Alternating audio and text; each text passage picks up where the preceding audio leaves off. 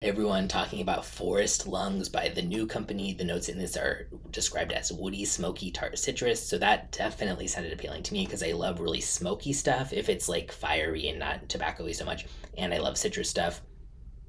But yeah, the opening has some kind of like really sharp aspect that is just not my taste. It's almost like a combination of like pine sap and mulch earthiness.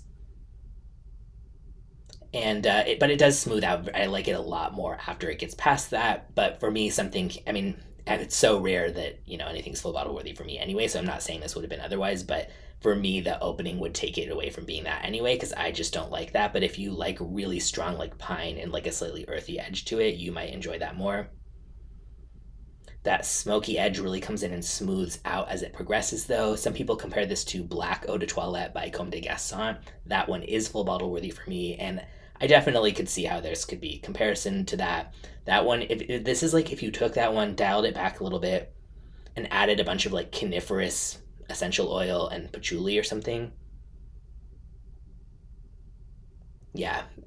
Although again, some of that sharpness goes away by the dry down. So personally, I would prefer Comme des Garçons Black, and that's also much cheaper per milliliter. I think that's like 110 or 120 for 100 mil, and this is like 95 for a 50 mil. But and I just like that better. But I do really like this dry down. So this is just one of those where it's like I wish it was linear in the opposite direction in terms of I don't want the opening to stay around. I just want the dry down to be what it starts as too.